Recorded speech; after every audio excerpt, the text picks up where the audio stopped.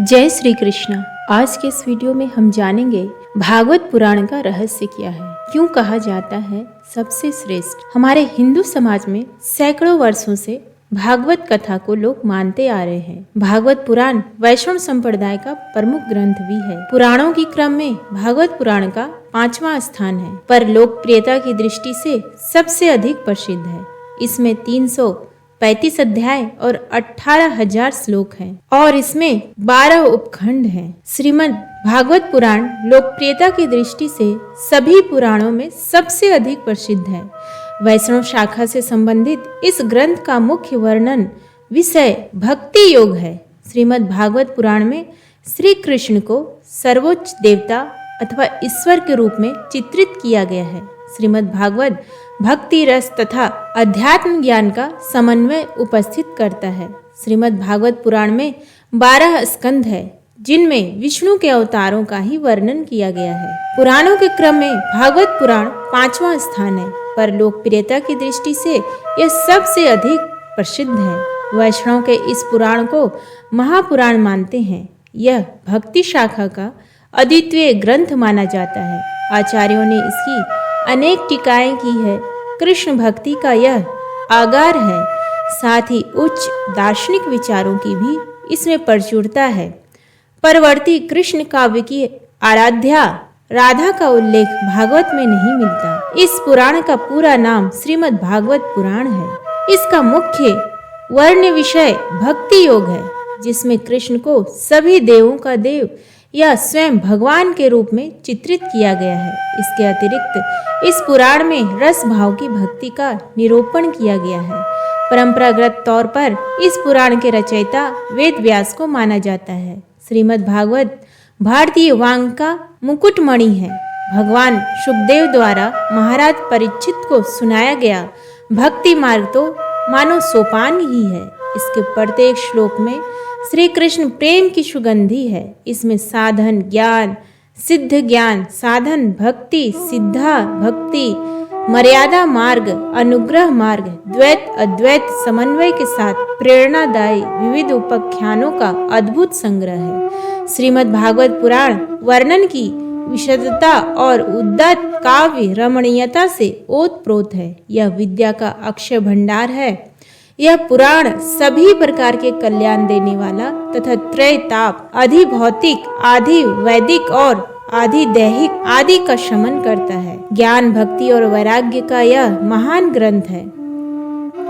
श्रीमद् भागवत पुराण हिंदू समाज का सर्वाधिक आदरणीय पुराण है। यह वैष्णव संप्रदाय का प्रमुख ग्रंथ है। इस ग्रंथ में वेदों, उपनिषदों तथा दर्शन शास्त्र के गूढ़ एवं रहस्यमय विषयों को अत्यंत सरलता के साथ निरूपित किया गया है। इसे भारतीय धर्म और संस्कृति का विश्वकोश कहना अधिक समीचीन होगा। सैकड़ों वर्षों से यह पुराण हिंदू समाज की धार्मिक, सामाजिक और लौकिक मर्यादाओं की स्थापना में महत्वपूर्ण भूमिका अदा करता आ रहा है। श्रीमद् भक्ति रस तथा अध्यात्म ज्ञान का समन्वय उपस्थित करता है। भगवत निगम कल्प तरु का स्वयं फल माना जाता है, जिसे नैष्ठिक ब्रह्मचारी तथा ब्रह्म ज्ञानी महर्षि शुक्र ने अपनी मधुर वाणी से संयुक्त पर अमृतमय बना डाला है। स्वयं भागवत में कहा गया है, श्रीमद् भागवत सर्व वेदांत का सार है। उस रसामृत के पान से जो तृप्त हो गया है, उसे किसी अन्य जगह पर कोई रति नहीं हो सकती, अर्थात उसे किसी अन्य वस्तु में आनंद नहीं आ सकता। इस पुराण में सकाम कर्म, निष्काम कर्म, ज्ञान साधना, सिद्धि साधना, भक्ति, अनुग्रह, मर्यादा, द्वैत अद्वैत, द्वैताद्वैत, निर्गुण सगुण तथा व्यक्त अव्यक्त रहस्यों का समन्वय उपलब्ध होता है। श्रीमद् भागवत पुराण वर्णन की विशदता और उदात्त काव्य रमणीयता से ओतप्रोत है। यह विद्या का अक्षय भंडार है। यह पुराण सभी प्रकार के कल्याण देने वाला तथा त्रय ताप, अधि भौतिक, अधि दैविक और अधि दैहिक आदि का शमन करता है। ज्ञान, भक्ति और वैराग्य का यह महान ग्रंथ है। इस पुराण में वर्णाश्रम धर्म व्यवस्था को पूरी मान्यता दी गई है तथा स्त्री, शूद्र और पतित व्यक्ति को वेद सुनने के अधिकार से वंचित किया गया है। ब्राह्मणों को अधिक महत्व दिया गया है। वैदिक काल में स्त्रियों और शूद्रों को वेद सुनने से इसलिए वंचित किया गया था कि उनके पास उन मंत्रों को श्रवण करके अपनी स्मृति में सुरक्षित रखने का ना तो समय था और ना ही उनका बौद्धिक विकास इतना तीक्ष्ण था। किंतु बाद में वैदिक ऋषियों की इस भावना को समझे बिना ब्राह्मणों ने इसे रूढ़ बना दिया और एक प्रकार से वर्ग भेद को जन्म दे डाला।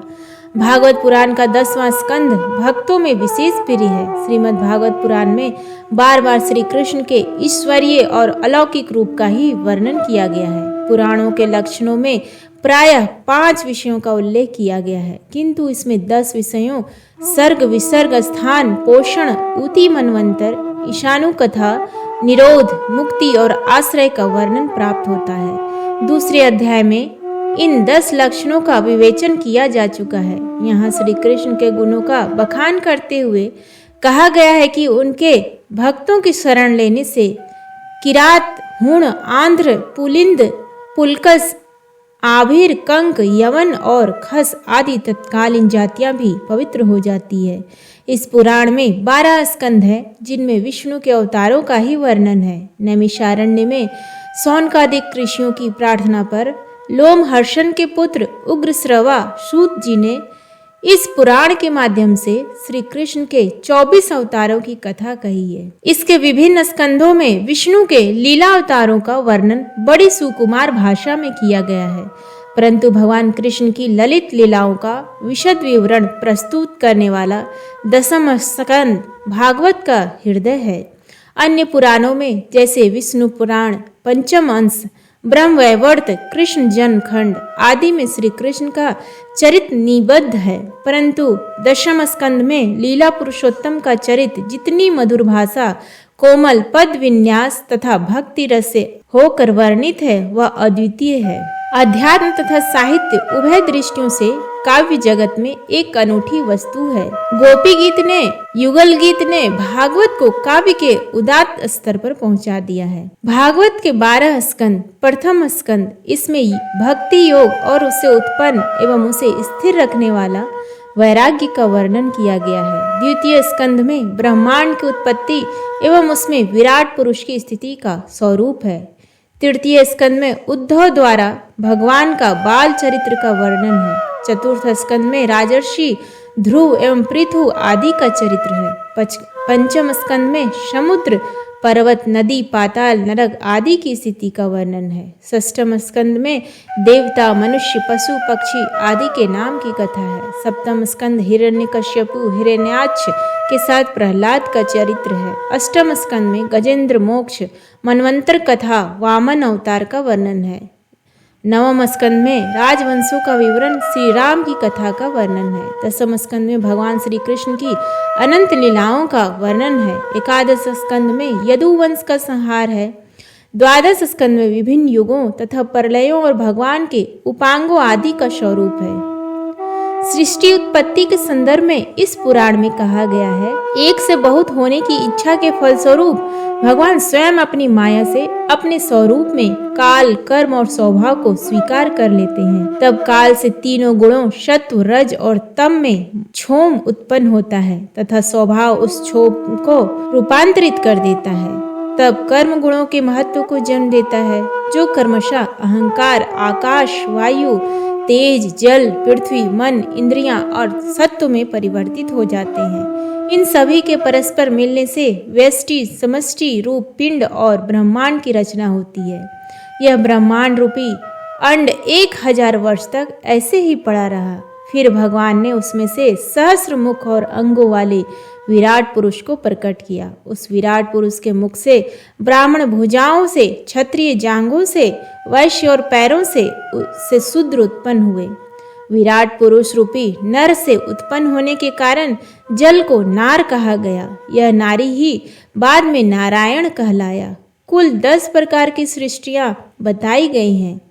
महतत्व, अहंकार, तन्मात्र, इंद्रियां, इंद्रियों के अधिष्ठाता देव, मन और अविद्या से यह 6 प्राकृतिक सृष्टियां हैं। इनके अलावा 4 विकृत सृष्टियां हैं जिनमें स्थावर, वृक्ष, पशु, पक्षी, मनुष्य और देव आते हैं।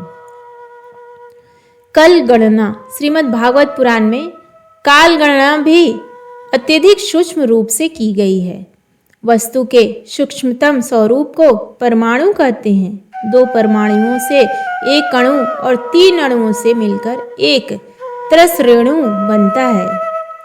3 त्रसरेणुओं को पार करने में सूर्य किरणों को जितना समय लगता है उसे त्रुटि कहते हैं।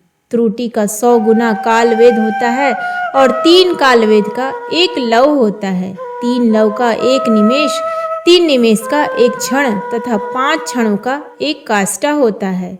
15 काष्ठा का 1 लघु, 15 लघुओं की 1 नाड़िका अथवा दंड तथा 2 नाड़िका या दंडों का 1 मुहूर्त होता है। 6 मुहूर्त का 1 प्रहर अथवा याम होता है। एक चतुर्युग, सतयुग, त्रेता युग, द्वापर युग, कलयुग में 12,000 दिव्य वर्ष होते हैं। एक दिव्य वर्ष मनुष्यों के 360 वर्ष के बराबर होता है। प्रत्येक ब्रह्मा के एक कल्प में 14 मनु होते हैं। यह ब्रह्मा की प्रतिदिन की सृष्टि है। 16 विकारों, प्रकृति, महत्त्व, अहंकार, 5 तन्मात्राएं, 2 प्रकार की इंद्रियां, मन और पंचभूत से बना यह ब्रह्मांड कोश भीतर से 50 करोड़ योजन विस्तार वाला है।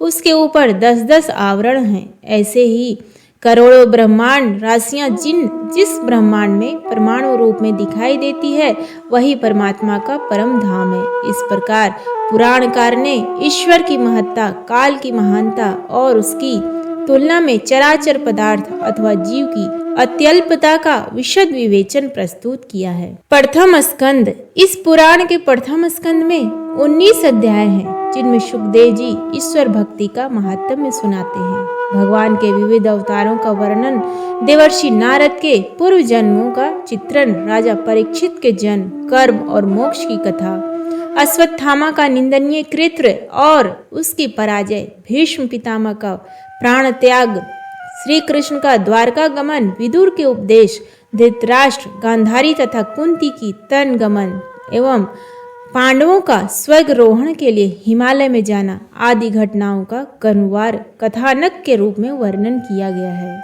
द्वितीय स्कंद। इस स्कंद का प्रारंभ भगवान के विराट स्वरूप वर्णन से होता है। इसके बाद विभिन्न देवताओं की उपासना, गीता का उपदेश, श्री कृष्ण की महिमा और कृष्णार्पणमस्तु की भावना से की गई भक्ति का उल्लेख है। इसमें बताया गया है कि सभी जीवात्माओं में आत्मा स्वरूप कृष्ण ही विराजमान है। पुराणों के 10 लक्षणों और सृष्टि उत्पत्ति का उल्लेख भी इस स्कंद में मिलता है। तृतीय स्कंद उद्धव और विदुर जी की भेंट के साथ प्रारंभ होता है। इसमें उद्धव जी श्री कृष्ण की बाल लीलाओं तथा अन्य लीला चरित्रों का उल्लेख करते हैं।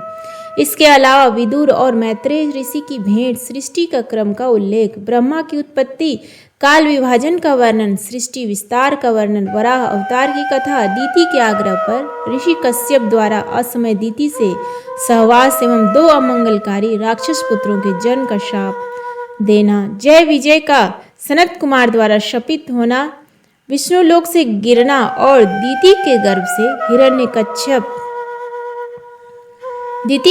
से हिरण्याक्ष एवं हिरण्यकश्यपु के रूप में जन्म लेना, वराह अवतार द्वारा हिरण्याक्ष का वध, कर्दम देवहूति का विवाह तथा कर्दम देवहूति के पुत्र कपिल मुनि के रूप में भगवान का अवतार, सांख्य शास्त्र का उपदेश आदि का वर्णन इस स्कंद में किया गया है। चतुर्थ स्कंद। इस स्कंद की प्रसिद्धि पुरंजनोपाख्यान के कारण बहुत अधिक है। इसमें पुरंजन नामक राजा और भारत खंड की एक सुंदरी का रूपक दिया गया है। इस कथा में पुरंजन भोग विलास की इच्छा से 9 द्वार वाली नगरी में प्रवेश करता है। वहां वह यवनों और गंधर्वों के आक्रमण से माना जाता है। रूपक यह है कि 9 द्वार वाली नगरी यह शरीर है। युवा अवस्था में जीव इसमें स्वच्छंद रूप से विहार करता है, लेकिन काल कन्या रूपी वृद्धावस्था के आक्रमण से उसकी शक्ति नष्ट हो जाती है और अंत में उसमें आग लग जाती है। रूपक को स्पष्ट करते हुए नारद जी कहते हैं, पुरंजन देहधारी जीव है और 9 द्वार वाला नगर यह मानव देह है। 9 द्वार, 2 आंखें, 2 कान, 2 नासिका, छिद्र, 1 मुख, 1 गुदा, 1 लिंग, अविद्या तथा अज्ञान की माया रूपी वह सुंदरी है। उसके दास सेवक 10 इंद्रियां हैं। इस नगर की रक्षा पंचमुखी सर्प 5 प्राणवायु प्राण अपान उदान व्यान और समान करते हैं। 11 सेनापति, 5 ज्ञानेंद्रियां, 5 कर्मेंद्रियां और 11 मन, पाप और पुण्य के 2 पहिए, 3 गुणों वाले रथ की ध्वजा, त्वचा आदि 7 धातुओं को अवतरण तथा इंद्रियों द्वारा भोग शिकार का प्रतीक है। काल की प्रबल गति एवं वेग ही शत्रु गंधर्व चंड वेग है। उसके 360 गंधर्व सैनिक वर्ष के 360 दिन एवं रात्रि हैं, जो स्नेह स्नेह आयु का हरण करते हैं। 5 प्राण वाला मनुष्य रात दिन उनसे युद्ध करता रहता है और हारता रहता है। काल भयग्रस्त जीव को ज्वर अथवा व्याधि से नष्ट कर देता है। इस रूपक का भाव यही है कि मनुष्य अपनी इंद्रियों के उपभोग से निरंतर भोग विलास में पड़कर अपने शरीर का क्षय करता रहता है। वृद्धावस्था आने पर शक्ति क्षीण होकर अनेक रोगों से ग्रस्त एवं नष्ट हो जाता है। परिजन उसके पार्थिव शरीर को आग की भेंट कर देते हैं। पंचम स्कंद में प्रियव्रत, राजा नाभि, ऋषदेव तथा भरत आदि राजाओं के चरित्रों का वर्णन है। यह भरत जड़ भरत है, शकुंतला पुत्र नहीं। भरत का मृग मोह में मृग योनि में जन्म, फिर गंडक नदी के प्रताप से ब्राह्मण कुल में जन्म तथा सिंधु सैवीर नरेश से आध्यात्मिक संवाद आदि का उल्लेख है। इसके पश्चात पुरंजनोपाख्यान की भांति भवाटवी का वर्णन किया गया है, जिसके रूपक द्वारा प्राणियों के संसार रूपी भवसागर में मोह रूपी दलदल का सुंदर वर्णन किया गया है। इसके बाद भरत वंश तथा भुवन कोश का वर्णन है। भारत का भौगोलिक वर्णन तथा भगवान विष्णु का स्मरण शिशुमार नामक ज्योतिष चक्र द्वारा करने की विधि बताई गई है। अंत में 28 प्रकार के नरकों रौरव नरक का वर्णन यहाँ किया गया है। 6वें अध्याय में नारायण कवच और पुंसवन व्रत विधि का वर्णन जनोपयोगी दृष्टि से किया गया है। पुंसवन व्रत करने से पुत्र की प्राप्ति होती है।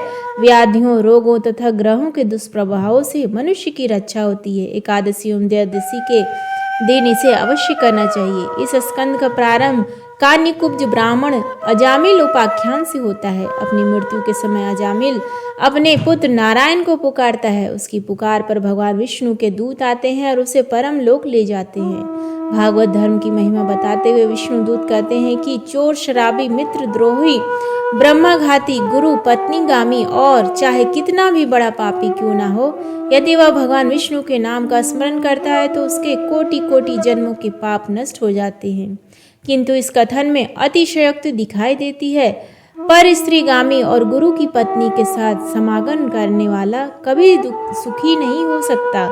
यह तो जघन्य पाप है। ऐसा व्यक्ति रौरव नरक में ही गिरता है। इसी स्कंद में दक्ष प्रजापति के वंश का भी वर्णन प्राप्त होता है। नारायण कवच के प्रयोग से इंद्र को शत्रु पर भारी विजय प्राप्त होती है। इस कवच का प्रभाव मृत्यु के पश्चात भी रहता है। इसमें वृत्रासुर राक्षस द्वारा देवताओं की पराजय, दधीचि ऋषि की अस्थियों से वज्र निर्माण तथा वृत्रासुर के वध की कथा भी दी गई है। 7वें स्कंद में भक्तराज प्रहलाद और हिरण्यकशिपु की कथा का विस्तार पूर्वक वर्णन है। ऋषि अवतार की कथा, इसके अतिरिक्त नवधा भक्ति, धर्म त्याग तथा निष्प्रिया आदि की चर्चा की गई है। 8वें स्कंद में क्राह द्वारा गजेंद्र के पकड़े जाने पर विष्णु द्वारा गजेंद्र उद्धार की कथा का रोचक वृत्तांत है। इसी स्कंद में समुद्र मंथन और मोहिनी रूप में विष्णु द्वारा अमृत बांटने की कथा भी है। देवासुर संग्राम और भगवान के वामन अवतार की कथा भी इसी स्कंद में है। अंत में मत्स्य अवतार की कथा यह स्कंद में समाप्त हो जाता है।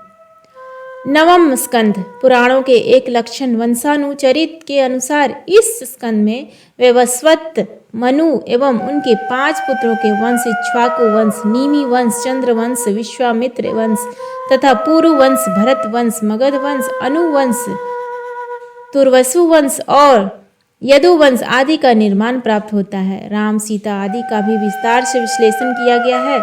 उनके आदर्शों की व्याख्या भी की गई है। 10वां स्कंद, यह स्कंद 2 खंडों पूर्वार्ध और उत्तरार्ध में विभाजित है। इस स्कंद में श्री कृष्ण चरित्र विस्तार पूर्वक है। प्रसिद्ध रास पंचाध्यायी भी इसमें प्राप्त होती है। पूर्वार्ध के अध्यायों में श्री कृष्ण के जन्म से लेकर अक्रूर जी के हस्तिनापुर जाने तक की कथा है। उत्तरार्ध में जरासंध से युद्ध, द्वारकापुरी का निर्माण, रुक्मणी हरण, श्री कृष्ण का गृहस्थ धर्म, शिशुपाल वध आदि का वर्णन है। यह स्कंद पूरी तरह से श्री कृष्ण लीला से भरपूर है। इसका प्रारंभ वसुदेव देवकी के विवाह से प्रारंभ होता है। भविष्यवाणी, कंस द्वारा देवकी के बालकों की हत्या, कृष्ण का जन्म, कृष्ण की बाल लीलाएं, गोपालन, कंस वध, अक्रूर जी की हस्तिनापुर यात्रा, जरासंध से युद्ध, द्वारका पलायन, द्वारका नगरी का निर्माण, रुक्मणी से विवाह, प्रद्युम्न का जन्म, संबासुर वध, श्यामंतक मणि की कथा, जामवंती और सत्यभामा से कृष्ण का विवाह, उषा अनिरुद्ध का प्रेम प्रसंग, वाणासुर के साथ युद्ध तथा राजा नृग की कथा आदि के प्रसंग आते हैं। इसी स्कंद में कृष्ण सुदामा की मैत्री की कथा भी दी गई है। एकादश स्कंद में राजा जनक और 9 योगेश्वर 9 योगियों के संवाद द्वारा भगवान के भक्तों के लक्षण गिनाए गए हैं। ब्रह्मवेत्ता दत्तात्रेय महाराज यदु को उपदेश देते हुए उनके द्वारा बनाए गए 24 गुरु पृथ्वी, वायु, आकाश, जल, अग्नि, चंद्रमा, सूर्य, कबूतर, वैश्य, कुंवारी, कन्या आदि से प्राप्त शिक्षाओं की विस्तृत चर्चा की गई है। आगे उद्धव को शिक्षा देते हुए 18 प्रकार की सिद्धियों का वर्णन किया गया है। इसके बाद ईश्वर की विभूतियों का उल्लेख करते हुए वर्णाश्रम धर्म, ज्ञान योग, कर्म योग और भक्ति योग का वर्णन है। इस स्कंद में द्वादश स्कंद, इस स्कंद में राजा परीक्षित के बाद के राजवंशों का वर्णन भविष्य काल में किया गया है। इसके बाद आमिर, गर्दभी, कड़, यवन, तुर्क, गुरुंड और मौन राजाओं का राज्य होगा। इसके बाद वाल्हिक वंश और शूद्रों तथा मलेच्छों का राज्य हो जाएगा। धार्मिक और आध्यात्मिक कृति के अलावा शुद्ध साहित्यिक एवं ऐतिहासिक कृति के रूप में भी यह पुराण अत्यंत महत्वपूर्ण है। उम्मीद है आपको श्रीमद् भागवत पुराण का एक संक्षिप्त परिचय पसंद आया होगा। वीडियो पसंद आए तो प्लीज़ वीडियो को लाइक करें, शेयर करें और चैनल पर नए हैं तो सब्सक्राइब करें और कमेंट बॉक्स में जय श्री हरि विष्णु लिखना ना भूलें। धन्यवाद।